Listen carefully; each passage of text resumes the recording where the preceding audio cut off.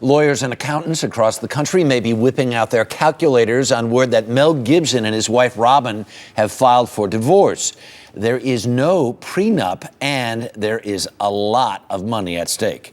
CBS News correspondent Michelle Gielan reports. After 28 years of marriage, Mel Gibson and his wife Robin are calling it quits, with each party citing irreconcilable differences. In his filing, Gibson writes that the couple separated in 2006, less than a month after his infamous DUI. Earlier that night, he was caught partying with young women. The Oscar-winning actor's net worth has been estimated upwards of $900 million.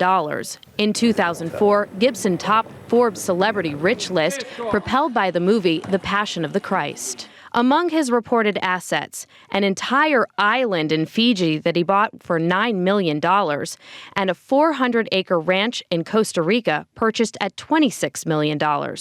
Robin could walk away with much more. Michelle Gielan, CBS News, New York.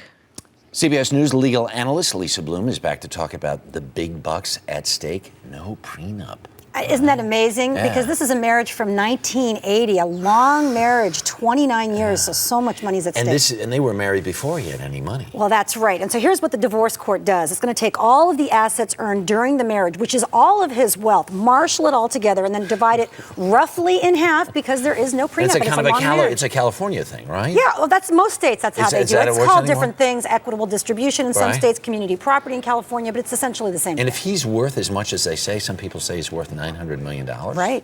Then she gets roughly half of that. It's a long marriage. She raised their 7 children. The idea is that partners in a marriage are real partners, and the court's going to recognize that. What do the lawyers get out of that? Just out of curiosity. Well, they usually get paid hourly. Look, it depends on how long they fight. Right now, they're saying they want their privacy. They want to do this amicably. If they do that, the lawyers won't get very much. What are some of the other big Hollywood divorces that ended up with serious settlements? Well, of course, Paul McCartney recently, and Heather Mills, Madonna, and Guy Ritchie. I mean, these are cases that talk about 40 million, 50 million right in our eyeballs. We're all popping in those cases. We thought that was a big deal. Yeah, that was chump change compared to the $450 million that Mel Gibson's wife could be looking at. Now, help me understand this, because I don't know the details, but she filed, right? Does it make a difference? No. Who files? Or no, let's be clear about that. She filed, and then 4 hours later he responded, which is really unheard of. So they both had to know that this was coming.